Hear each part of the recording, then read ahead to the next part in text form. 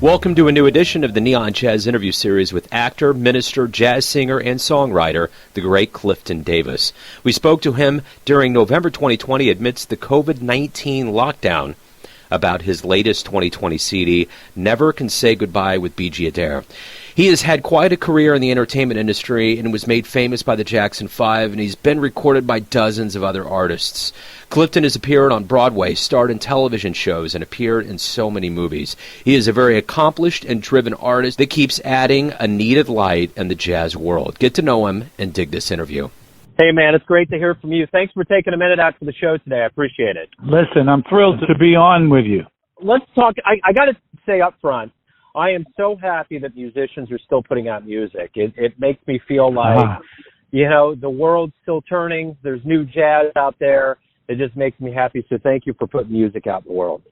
Listen, I'm thrilled to be a part of that anthology.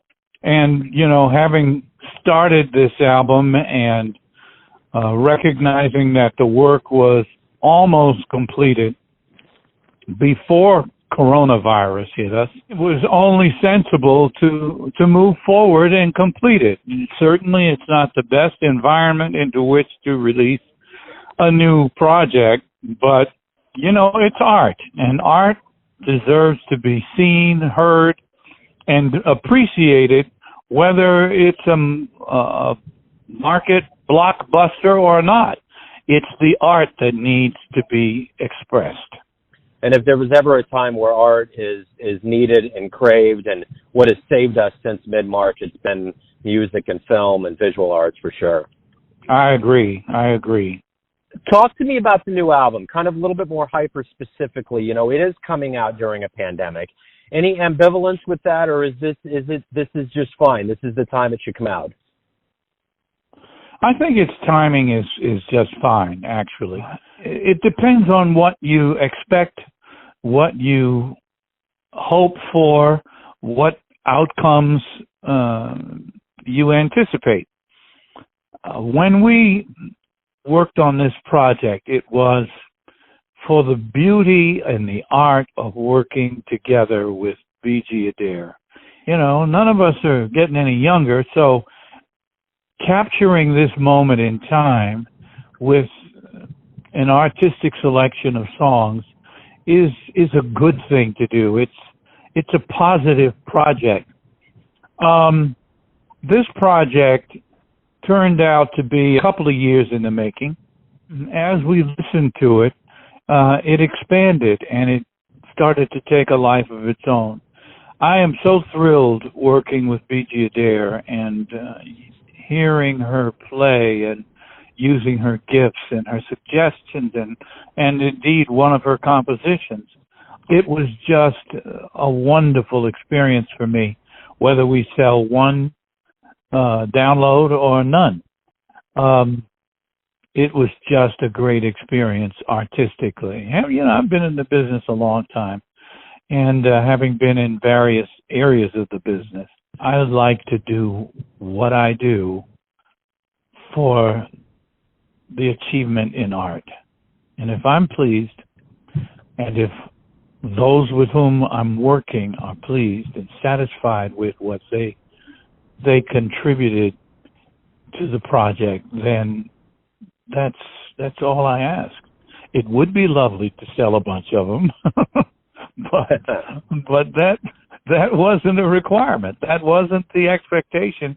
What we wanted was appreciation, and thank God we've gotten wonderful reviews.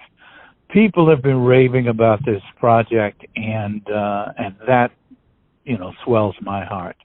I think what you're doing with BG and just the quality of this album and the longevity that you both have had, I think this is another testament to how strong jazz really is. I would agree with you, Joe. Jazz has survived a lot of things, not COVID virus notwithstanding.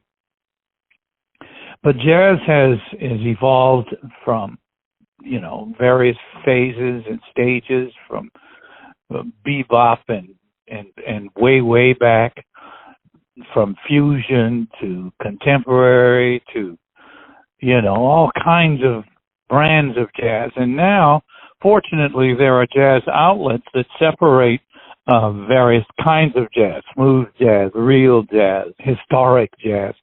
And so I think it has a great life. And quite honestly, music of any composition and creativity as jazz is, in my view, is a gift from God, inspired by some divine purpose or being. Wonderful. Let's go back to the beginnings of your life. How did you get the jazz bug? What was musician, album, family? How did all that work for you? I was a typical kid growing up in the 50s and the early 60s. And of course, rock and roll came along, and I was a rock and roll kid. But then in 1966, 65, I became profoundly aware of other artists and the jazz genre. I think perhaps the first jazz singer I enjoyed was Nancy Wilson. And then I learned about Johnny Hartman. And quite honestly, he influenced me quite a bit. Naturally, enjoying popular music as I did coming up, I was aware of, Perry Como and Frank Sinatra, and those influences touched me too. But I didn't really become interested in jazz until I heard Wes Montgomery with his octaves played on guitar, and then I heard about Billy Taylor and Coltrane and, good Lord, Thelonious Monk. Oh my Lord, I went to hear him, and my mind was blown. I started listening to the Horace Silver Quintet and going to the Village Gate and the Village Vanguard, and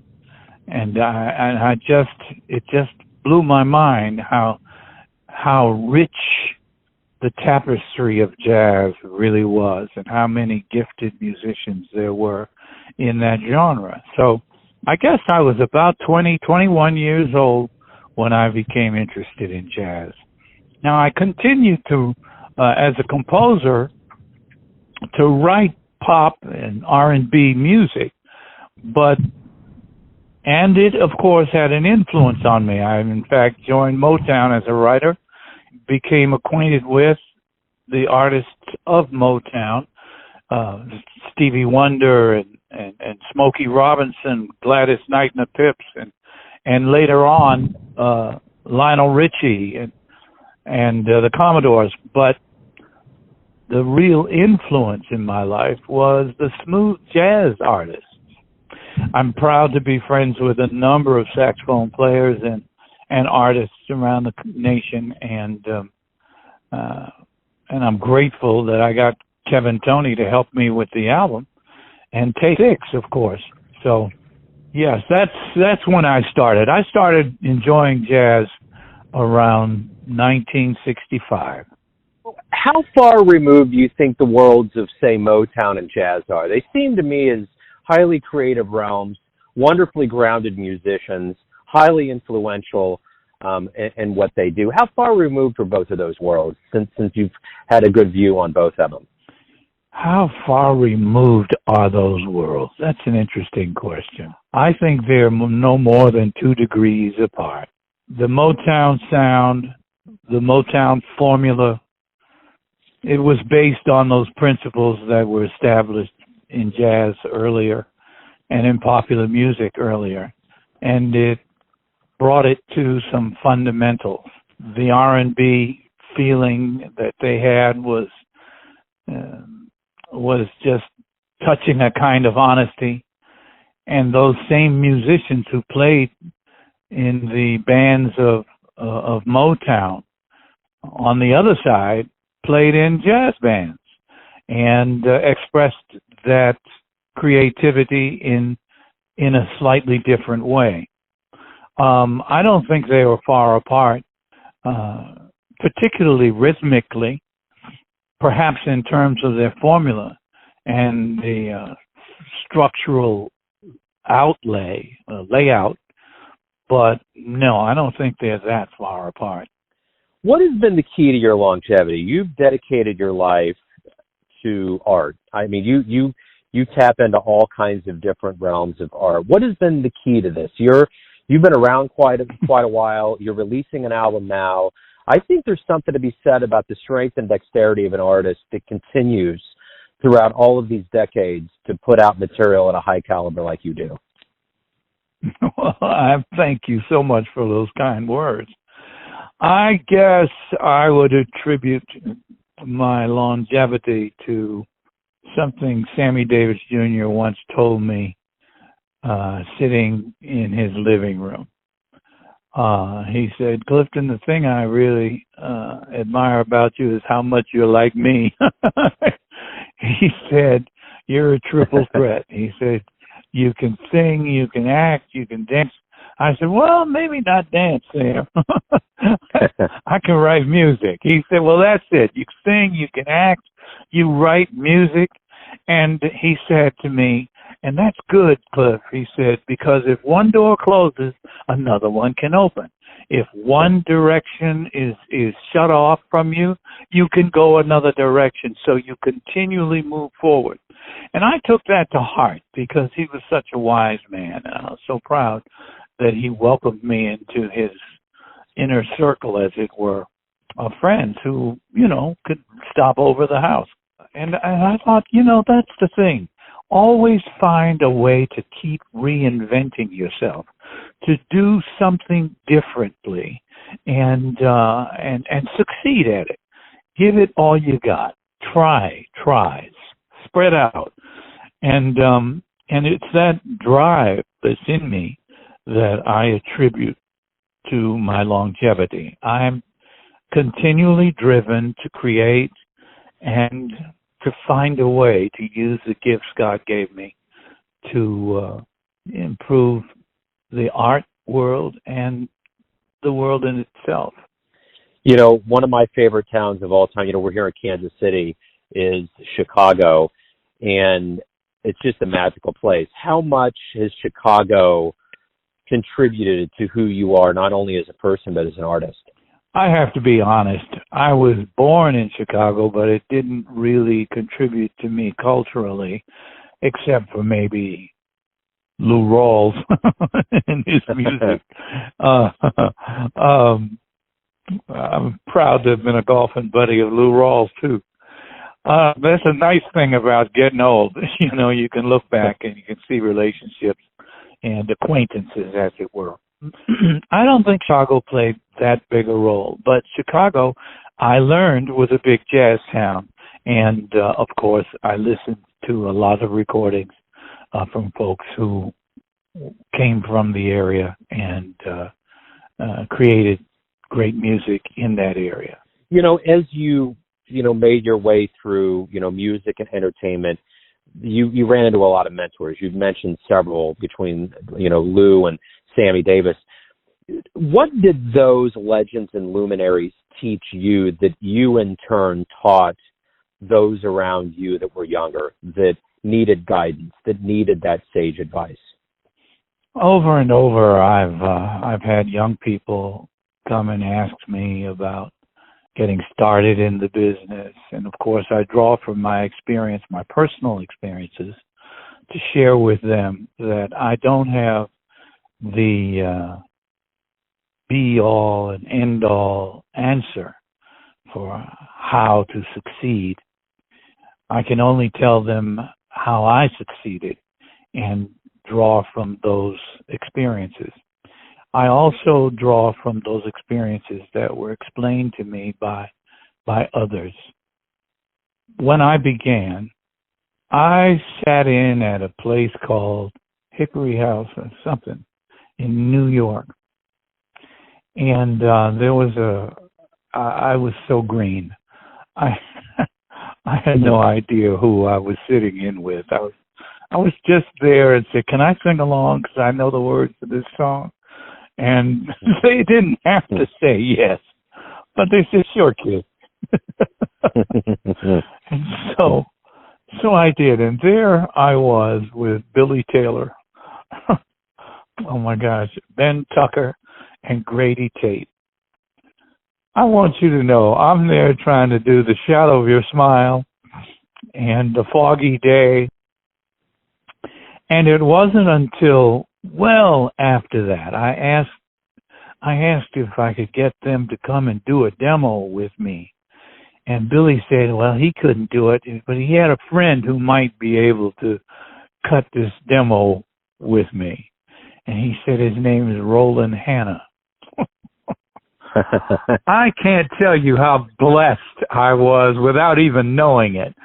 After I found out, after it was done and over, and I learned about Coming Home Baby by Ben Tucker, after I learned that Dr. Billy Taylor was just about one of the greatest jazz pianists and conductors and arrangers in history, I realized how divinely led this must have been to touch base with these guys, to touch lives with these guys. And so whenever I see young people, I let them know that if this is your passion, and it must be your passion, don't do it if it's not your passion. Seek to pursue it and give it all you got, and you'll run into, there was an old saying, when the student is ready, the teacher will come. I think that's true in many ways. And I was blessed to have teachers come that taught me, and I share with students. From an acting perspective, I share what I learned on stage or on a television or movie set.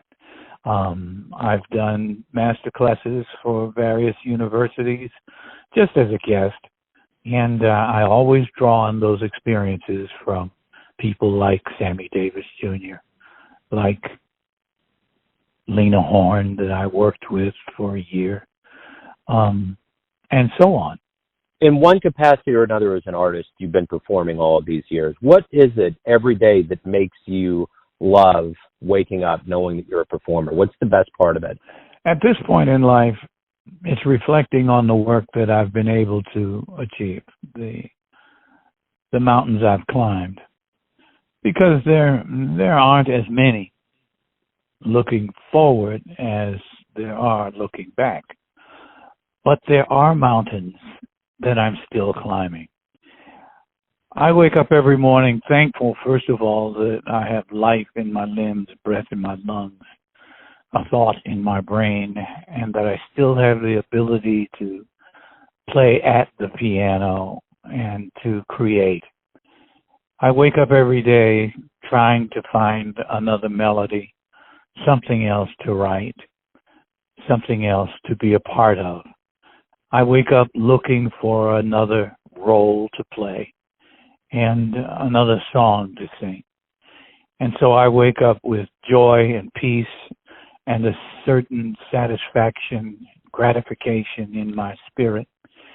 And most of all, I wake up thanking God for the opportunities He's provided for me to live this life as fully as I have, and to forgive me for my failures, and to bless me with successes. When COVID-19 lifts and we all get back to live music, what do you hope both the performer and the audience realizes about this time away from live performance? I hope that they have a new respect and appreciation for live performances and what it is to be a participant in a real live audience, and how blessed we are to listen and appreciate these gifted artists coming forward for us on stage. I hope that they appreciate more and more live performances and attend them with greater regularity, so that the performers can succeed as well, because they all have to make a living. This has been hard times for the entertainment industry. Broadway, my Lord, I have friends on Broadway who just had to let go of their leases in New York and move back home or find some place to be. And I'm sure some of them have become homeless. It's been a difficult time for live theater and certainly for live music.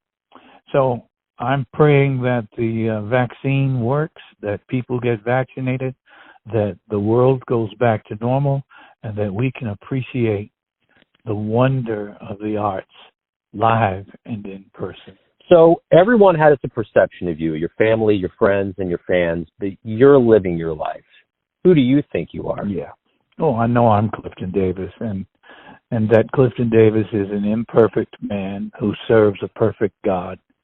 I know that I'm grateful, and I live a grateful, I try to live a humble life. I know that I'm an artist, and that I've been blessed to enjoy success as an artist.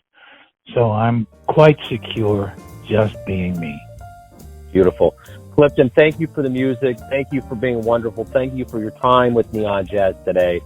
Stay safe in this world, and good luck with the new album. Thank you so much, Joe. Take care. Thanks for listening and tuning in to another Neon Jazz interview where we give you a bit of insight into the finest singers and songwriters in Los Angeles, Kansas City, and spots all over the world, giving fans all that jazz. And thanks to Clifton for his class, time, and cool. If you want to hear more interviews, go to Famous Interviews with Joe Domino in the iTunes Store. Visit neonjazz at youtube.com, and for everything Neon Jazz all the time, go to the neonjazz.blogspot.com. Until next time, enjoy the jazz, my friends.